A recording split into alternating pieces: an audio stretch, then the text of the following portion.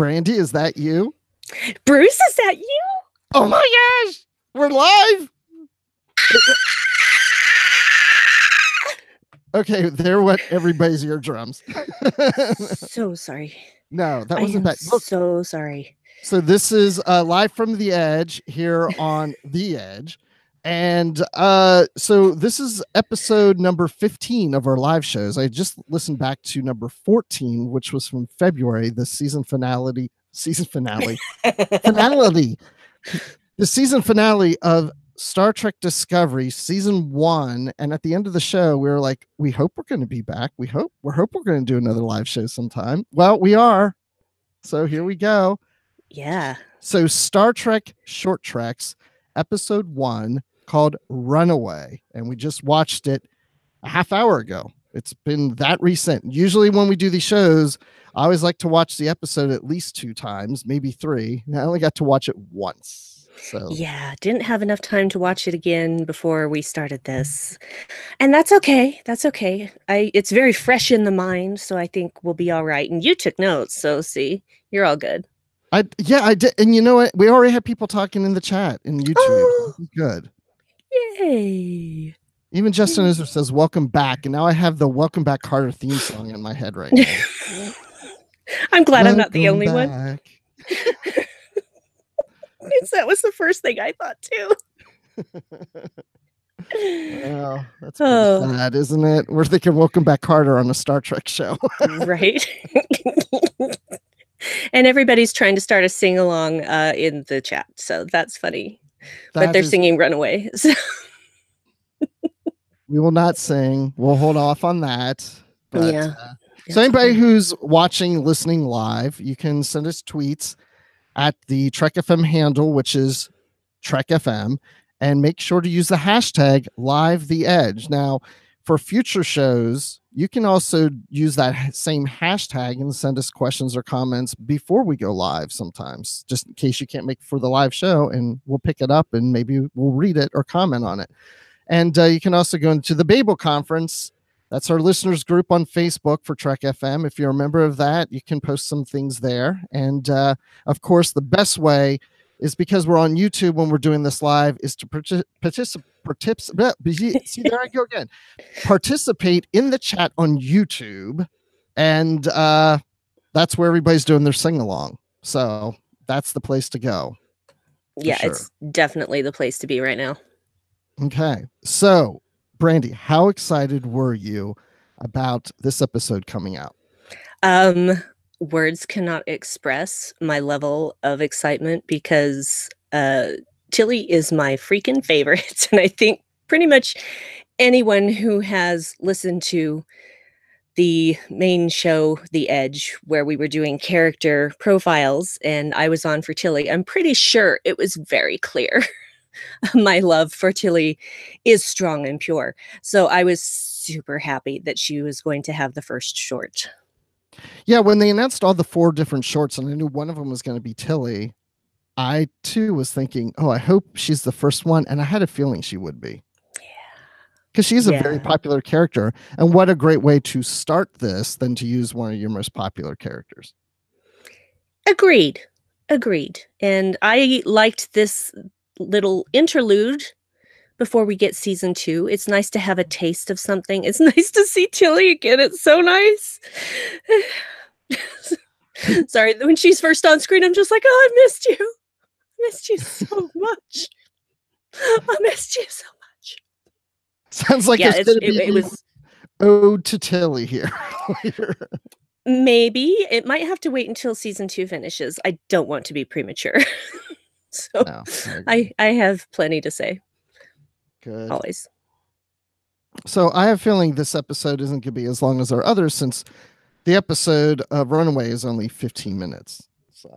Yeah, and I think we could probably fill a half hour, but we're not going to necessarily do that. We're just going to see how it goes, because this is the first time we've had a short, and so it's new territory for us as well. Yeah, exactly. And so in honor of that, I'm wearing my Discovery shirt and I'm wearing shorts for Short Treks. Nice. So I'm not going to show off my legs. We're only looking from the chest up on YouTube. So the episode starts off, and there's that. It's not a runabout or any kind of like shuttlecraft. It's that thing we saw that grabs things, that flies around. I feel like Tilly right now, like one of those things, those, whatever things. The grabby things that you went out and like painted the ship with, like changed it's from a USS to ISS, that thing, and the thing. That's right. It. That thing. Wasn't that yes. it? Something like that. So in the shuttle bay or whatever, everybody leaves. They're going through the worker bee. Thank you.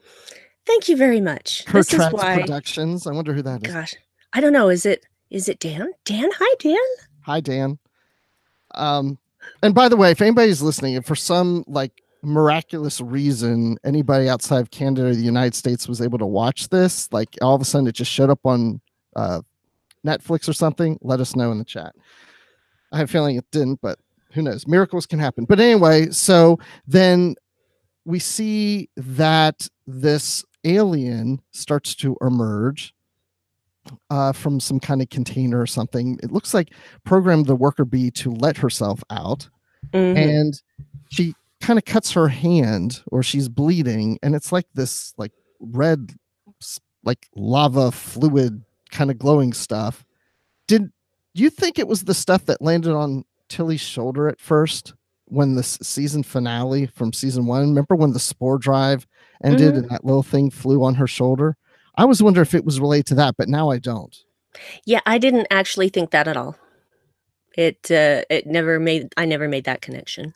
Well, I made because at one point later in the show, a piece of that fluid blood or whatever got on Tilly's shoulder, and that's what reminded me of it. Fair. That's fair. I just didn't see that connection. So you saw something I didn't, which is why we have 2 people at least on this show. Yeah, and your husband, who's in the chat, says it's Tang, so he saw something different. Well, it was kind of orangey. It was kind of like a lot like Mercury looking, but orangey.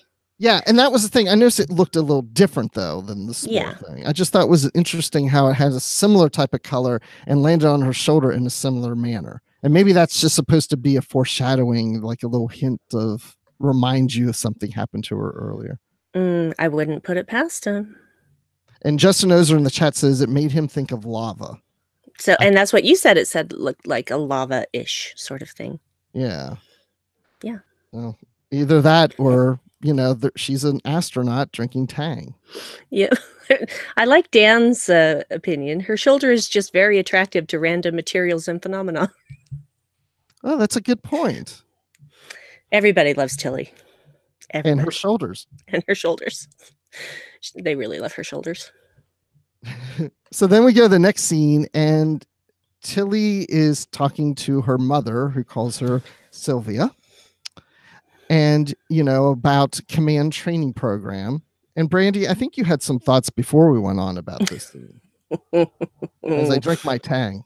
I was really feeling Tilly's frustration and pain in that scene, because I have been in that same situation. No, I wasn't put in the command program, but I have had my mother telling me, no, you really shouldn't do that. You need to do something. You need to have a real job. You need to have something that's going to provide you money so that you can, have the things you need and have a stable life. I was 8 at the time. Oh, wow. That's young. Mm-hmm. And unfortunately, I was still impressionable at that age. And had I just ignored that, I wonder how my life would be different, because I wanted to be an actress. That is all I wanted to do. And my mother made it very clear to me at that tender age of 8 that that was okay as a hobby, but I couldn't do that as a career. Well, so you have regrets. I do have regrets for listening to her in that instance. And I know that it came, in her case, it didn't come from a place of criticism Like Tilly's mother, it came from a place of concern and love because of the hardships she herself had been through. But it really is time for parents to stop copying and pasting their expectations onto their children and just let them find out who they are. And don't you think that her mother, Tilly's mother, is just being overprotective? I mean, we're not talking finances at this point, not No. Well, I think she was being overprotective, but again, she's not listening. She's not listening to what Tilly says. She's not really looking at what Tilly does. And granted, there's a lot of stuff that Tilly can't tell her now, but it's so frustrating to try to explain what your dreams and aspirations are, especially as an adult, and have the people close to you just think that you're really not capable of doing it. And I'm not saying that Tilly's mother hates her, but she's not being a good mother. She's really not. Yeah. And I hope they explore more of that as the season 2 and season 3 or whatever comes up later. Season 15. Sorry. Season 15. Yes. But I do, I'm still kind of getting used to even the hologram technology of, speaking to someone who's, pacing around the floor right in front of Tilly, how her mother does that. And I just wonder what it looks like on the other end. Is it like Tilly, is she sitting on a bed in her mother's home, or is she sitting on a flower pot, or, who knows? It depends where she's standing. She's sitting on nothing. She's sitting on nothing. She's sitting on air. Yep, she's sitting on air. I've had a few glitches in video games where that has happened, and it's very amusing. So that's what I always pictured it looking like, is that she just looks like she's sitting on air. So, and I can't believe her mother wasn't even paying attention to her facial expressions. She was not, it's just, there were so many feelings that I had during that part. Yeah, and Justin says that he half expected Tilly's mother to comment about her hair. I was waiting for that too, but apparently she had new fodder to play with the whole command training thing. Yeah, and Mir Giorgio commented on Tilly's hair before, right? Didn't that happen? Called it her ridiculous hair. Yeah, I just wanted to punch her. I'm just like, are you kidding me? That hair is glorious. People should be proud of that hair because not everybody gets hair that amazing. Absolutely. 100% agree with you on that. I love her hair. Not that I want that hair, but I mean, if it was the 80s and I was in a rock band, I would want that hair for me. But right now I don't. So now we have, so she goes and Tilly is going to go get some espresso, but she shouldn't have milk. And, she basically tells the replicator thing to kind of shut up in a way. Mm-hmm. And, then all of a sudden things start to go crazy and food is shooting out and it's calling out all the things, it's like, Caesar salad and your favorite chicken pot pie. Exactly. I mean, all these things are just going and going and going. And it's funny how she's ducking behind the chair and she's like, whoa, what's going on? And what the hell? I mean, she likes to start to curse a bit. I noticed that in this episode too. Yeah. And that's fine with me. Again, after my own heart on that front. So, and David in the chat mentions cheeseburgers were on the list, which is great because that's my favorite food. Cheeseburgers. I don't know, out of all the Star Trek I've ever seen, I don't think it's ever been confirmed in canon that cheeseburgers lasted into the future. They would have to. Why? How could anyone get rid of the cheeseburger? No sane human would do that. I would hope not, but I don't think we've ever heard that. So now it's confirmed. Cheeseburgers are canon. It's a guilty pleasure. And they were shooting out like a cannon too in this episode. And I would have been there with my mouth open. Cheeseburger. Yes. And there was a burrito. It's mentioned in the chat. We got to see that too. Yay, burritos. Well, we knew there were burritos because there was an episode of Discovery. It was that one where we first see Tilly and Burnham jogging around the Discovery. And when they go to get breakfast, she tells the computer to make these specific breakfast burritos. So we already knew there were burritos. That is true. Good point. So that's what I'm here for. Yes. Well, now we meet Poe, the alien. We find out her name is Poe. And she had these spikes that came out of her back. And she reminded me of like some kind of like monkey in a way, the way she was moving and like, just the way her body would move. What did it Well, remind you of? she was very. It was the movements were very primal, and yet you could tell there was intelligence there. Honestly, the speech patterns before Universal Translator took over reminded me of Enterprise season 3 episode Extinction. And, and I thought that too. Yes, thank you. I did too. Yeah. Patrick will not be happy about that. Sorry, Patrick. But that it did remind me of that. But she was obviously a very different species. And it's obviously a little bit skittish at first because she is on her own. But she obviously also knows how to protect herself. But when feeling threatened, those spikes come out. It's a self-defense sort of thing. It's a posturing thing, like a cat arching its back. It's meant to make you look bigger and scarier so that you'll back off. But then when Tilly hisses right back, it was just like, oh, okay, fine. All right. Too bad Saru didn't walk in. His little ganglia goes off at the same time. Oh, no, they wouldn't go off. They never go off when they need to. So we already know that. And only when it fits the story.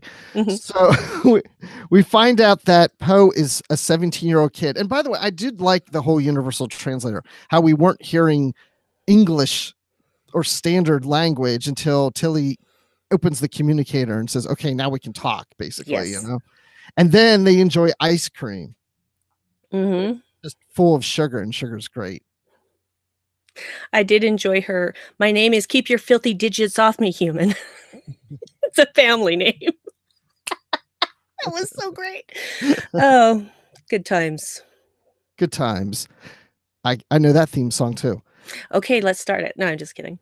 So we find out that Poe is a Sahian, or from Sahians, or is a Sahians, or whatever that is. Yeah, she's from the planet Zahia. Yes, I see Justin says that she's a fascinating alien. She could cloak like a Jem'Hadar, and the idea that they believe they were born with the planet was really interesting. It was interesting. I want to know more about that. I'm not sure how that's physically possible, but I don't necessarily need everything explained to me. So it was just one of those things that went where I said, okay, that's a different one. That's a different idea. Tell me more. But we didn't get that much more. So which came first, the planet or the Sahelan? Both at the same time. Exactly. So when the planet was born, so was her species at the same time. So they're like all in one. Yeah, I don't know how that would happen. But then again, that's the mysteries of the universe. Exactly. Just because we don't understand a thing doesn't mean it isn't possible. Exactly. Wait, Dan, what is this? Does he have a car? What? Tell me more. Like, does he have a car? Oh, gosh. Okay. Summer Nights. Yes, I get it. Grease. Yeah. Okay. I'm just thrown off. I don't know. Where are we going? I got you, Dan. I knew what you were doing. It's a very musical episode. So, oh, Dave's getting all meta. He said, you are born with the planet as you become conscious of it. What you sense becomes real. That's interesting. That's deep. That is deep. Nice one, babe. Watch this.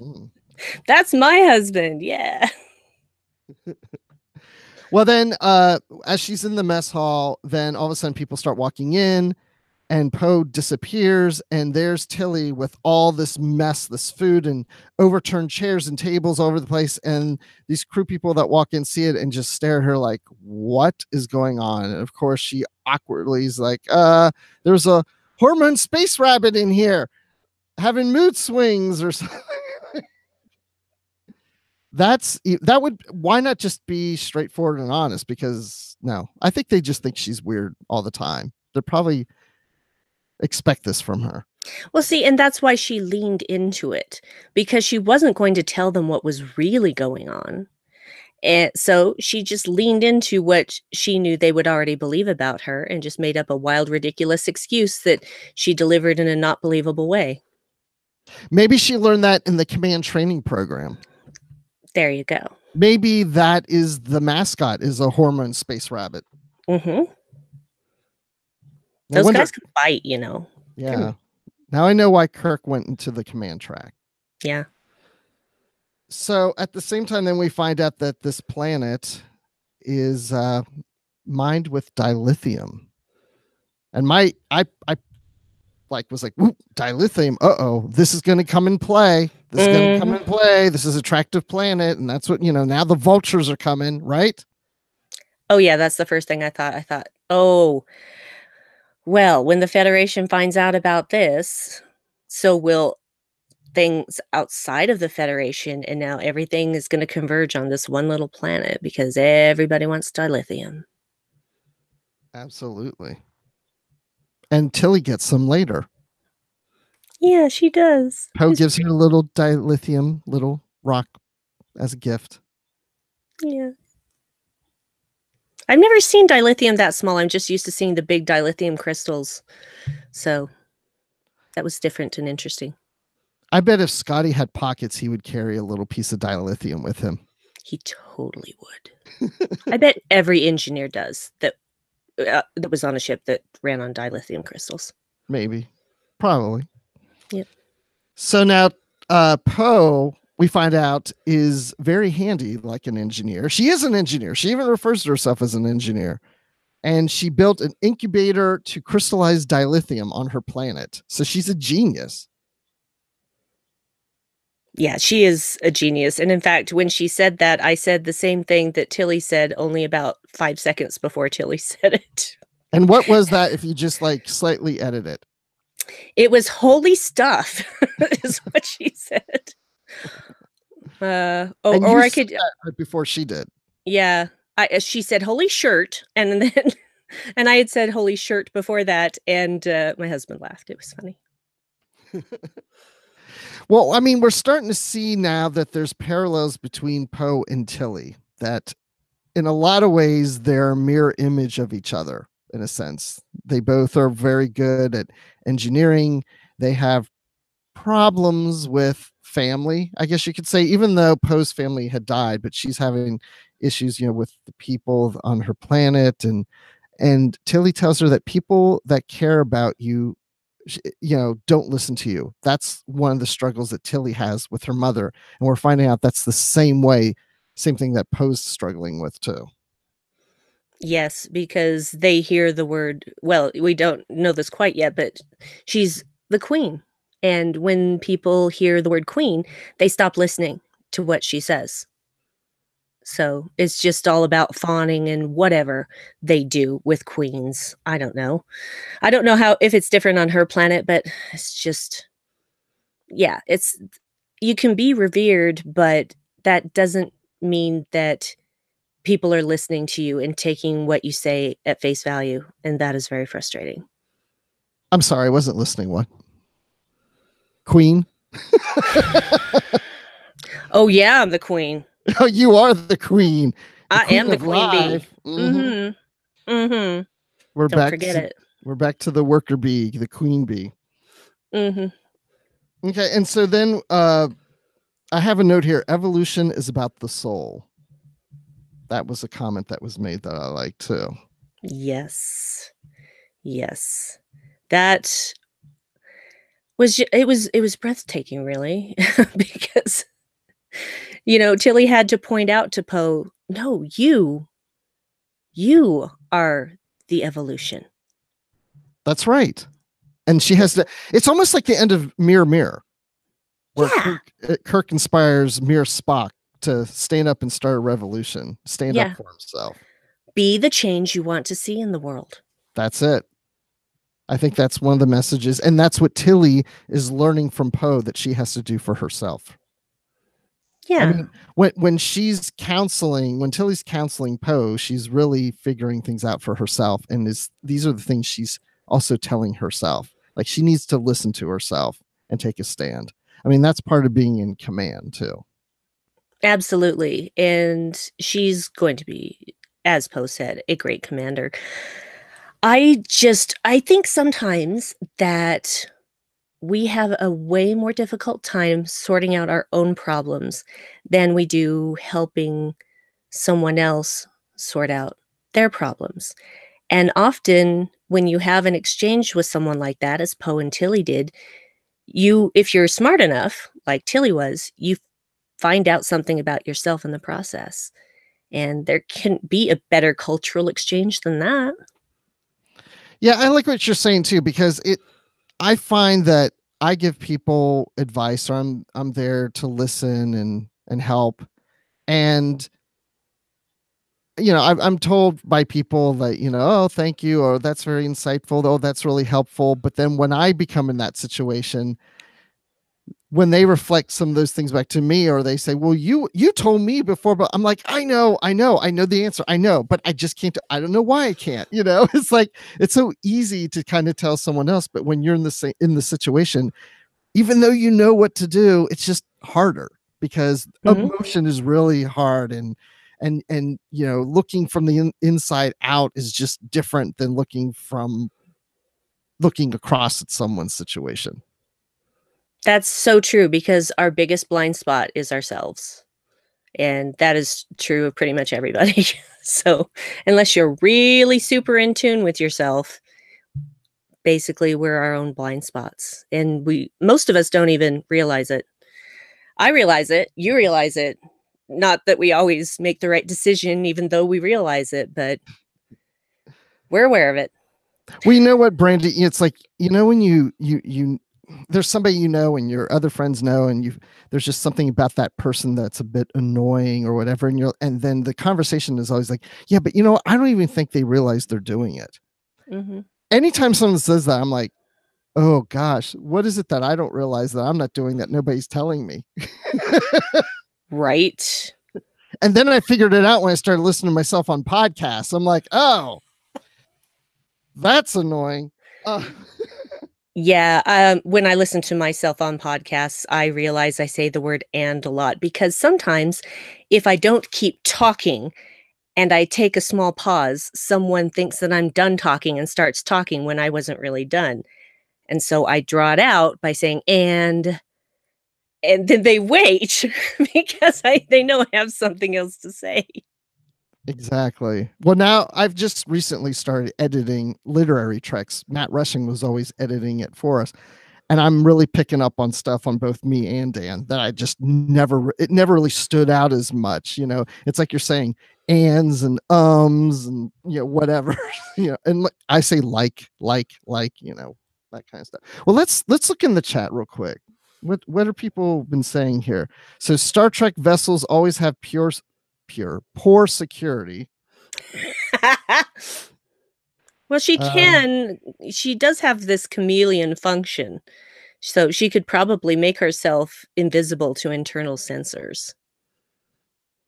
True, because she can fade. So maybe that she has a thing on sensors, and she's an engineer, so she knows how to deal with manipulating machinery. Exactly. So yeah. So let's see. Justin says, anyone else notice one of the crew in the mess hall was the alien with the large blue head we saw before on the bridge? I want to know more about that species. I know when he came on into the mess hall, I was like, oh, I remember seeing him somewhere before. So yeah, I guess it was on the bridge. Nice. I recognized that I had seen him before, but I would have to go through the whole of Discovery to determine which episode it was. Not that that would be a hardship. Yes. Let's see. What other comments do we have here, Brandi? Well, we have another one from Justin saying, we're getting deep here. I like it. I think there's more to this episode than I may have thought at first, and I definitely loved it on first viewing. I have to agree with that too. This is really odd to do this show right now, because like I said, anytime we do podcasts or even the live show, I've watched something more than once, or when I do literary treks, I read a book and I have notes and I have time to think back at things, and I really haven't. This is my time of thinking. This is the first time I'm really thinking through everything. Yes, because even in the other live shows, we've had more time to think. And this time we had, 10 minutes? 10 minutes, before we got on and prepared and started. So yeah, we're doing improv, Bruce. This is what we do. We know how to do this. Yes, and so Justin also says Poe made him think of Jackola. I can definitely see that. Oh my gosh, Poe and Jackola. I want to see them together. But yeah, I want it right now. I don't Same think time it'll ever frame. happen.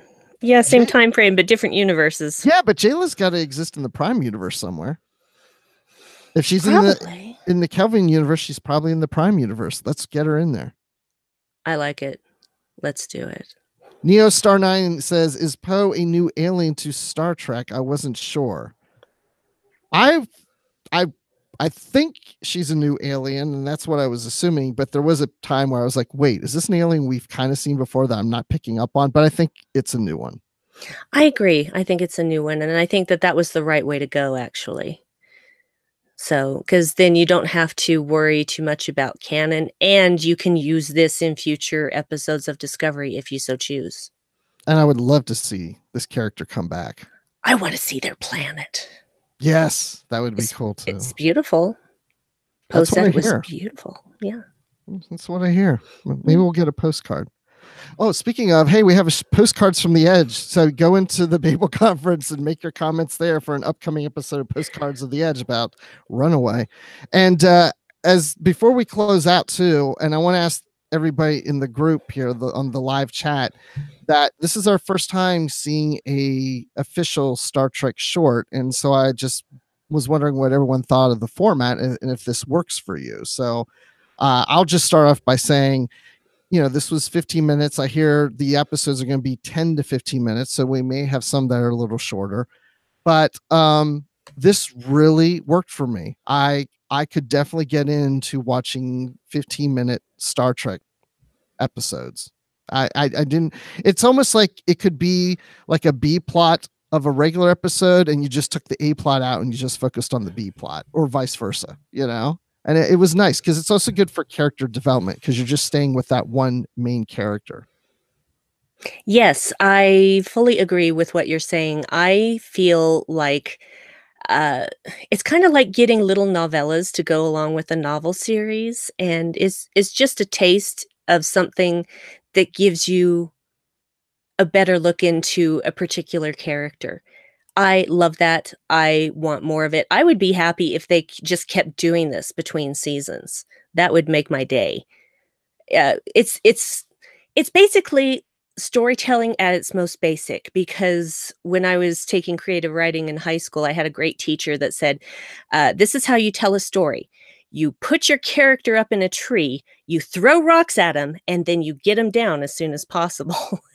So that's basically start the story as late as possible, end it as early as possible, and just get the most important stuff in there. And that's what they can do with these shorts. Interesting. That's a good point. I never heard the thing about the rocks throwing at an animal in a tree. Well, not at an animal, just your character. Oh, I just assumed it was an animal. No, you take your main character, put them in tree, throw rocks at them, get them down from tree. Okay. All right. So I see ourselves throwing rocks at Tilly in a tree. And that turned into a mess hall of food being thrown instead. See? There you go. They threw food at her. That worked. So your husband in the chat says he likes this format, no B plot to weigh the episode down. And Justin Ozer says that he loves the format and is glad that we got the additional story. And I agree with that. Dan from Literary Tracks and Kurt Tracks Production says he has a confession. He hasn't seen the episode yet. And he's in here. Spoilers. Oh, I should have said that at the beginning right now. Well, he knew it was going to be spoilers. I mean, come on. I know, but an intelligent person. Dan, you're supposed to go to a friend's house and watch it on Space and then watch it again on Crave TV the next day. He's waiting for tomorrow to be on Crave TV in Canada. Yeah. Well, we have a lot of people weighing in on this. NeoStar9 says, I liked the format, no padding, straight to the point. Yep. So oh, Dan. Dan said he just wanted to join us because he loves us so much. And we love you. Exactly. Yes. I'm glad you're here. Absolutely. Yeah. And Justin would love to see short treks for other series, like the Picard series. Well, I'm glad you mentioned that because the way the beginning of this, the opening is a short version similar to how Discovery opens. And I thought I'd love to see this continue, these short treks, but not always have to be tied to Discovery. I want it to Yes. tie into Picard, or even not tie into any of those series. I mean, it could be, I mean, you could bring one of the actors from Enterprise in and do a short. I think Brandi likes that idea. I really, really, really do, because Enterprise does not get enough love. Yeah. I mean, you could do that with any of them. I mean, you could even bring someone from TOS, like maybe George Takei comes in and does a old Captain Sulu or Admiral Sulu short or something. I mean, you could do anything like that. I would love that. I just want more short treks. I love the way that they started it out. I look forward to seeing the rest of them. And yeah, let's have some for the other series too. Yeah. Let's do it. Just, Are you listening? Are you listening, CBS All Access? Are you listening? They are, actually. I know, they're everywhere. Well, that's all I have. I'm just looking forward to November 8th. Calypso is the next one. Indeed. And we, of course, will be back for that one on November 8th. Again, same time. We'll have time to watch it once, and that's it. So there are a couple of things. There are people who have asked if I would read a poem that I wrote. So goofy.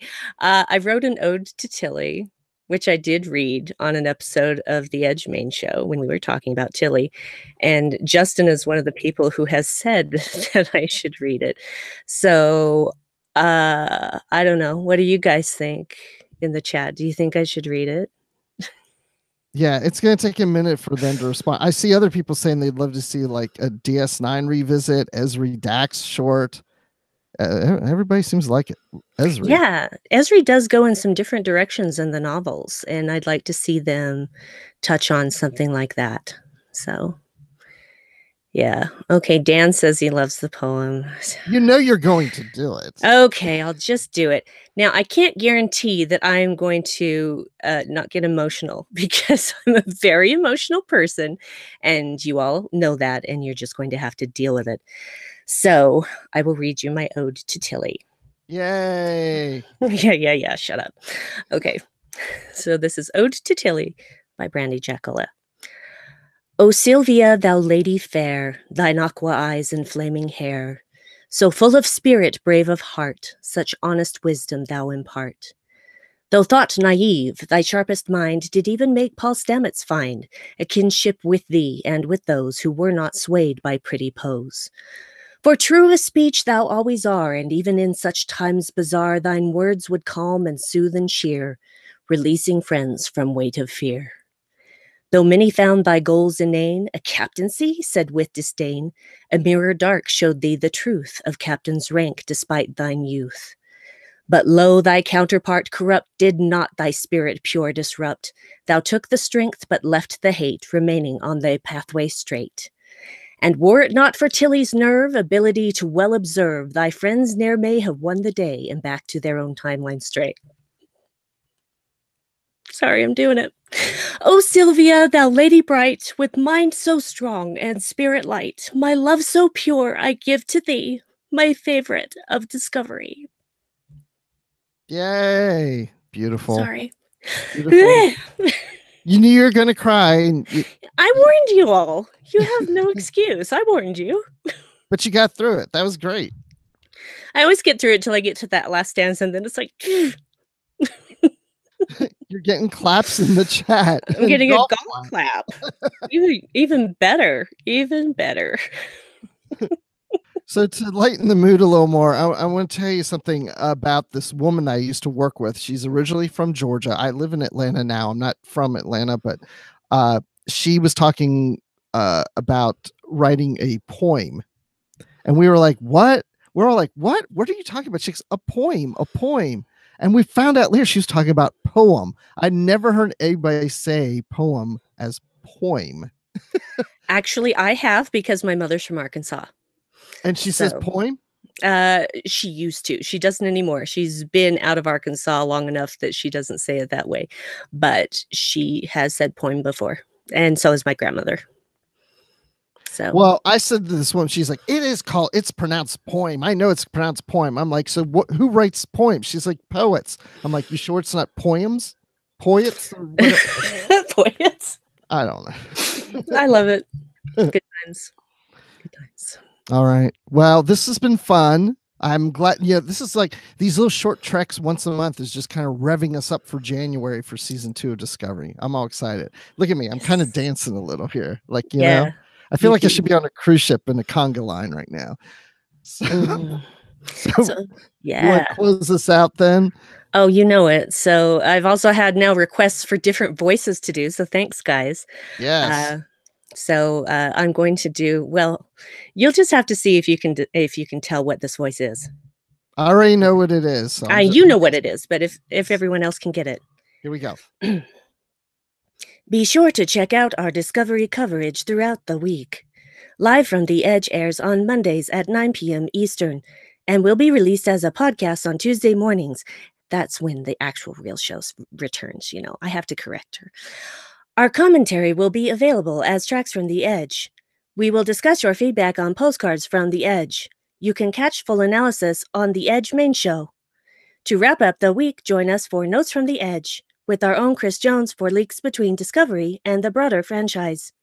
You'll find all of these in the main feed for the Edge and in the Trek FM master feed.